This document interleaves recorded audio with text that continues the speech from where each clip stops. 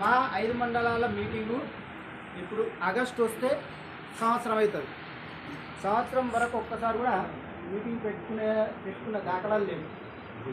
ఆ విధంగా మనమే మీటింగ్ పెట్టుకోకపోతే రక్షకులకు మనకు ఒక రెస్పెక్ట్ ఉన్నది.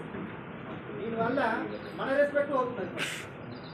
కాబట్టి మనం ఒక రెస్పాన్సిబిలిటీ తీసుకొని మనం ఒక రెస్పెక్ట్ ఉంటే ఇతరులు మనకు రెస్పెక్ట్ ఇస్తుంది.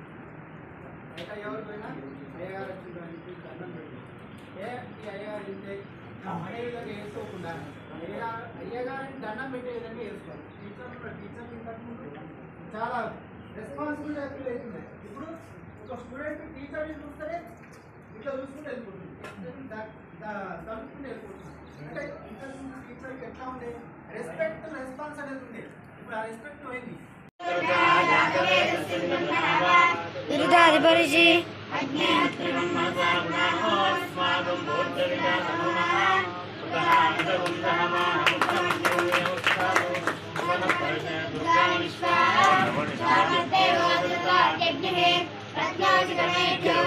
అదేవిధంగా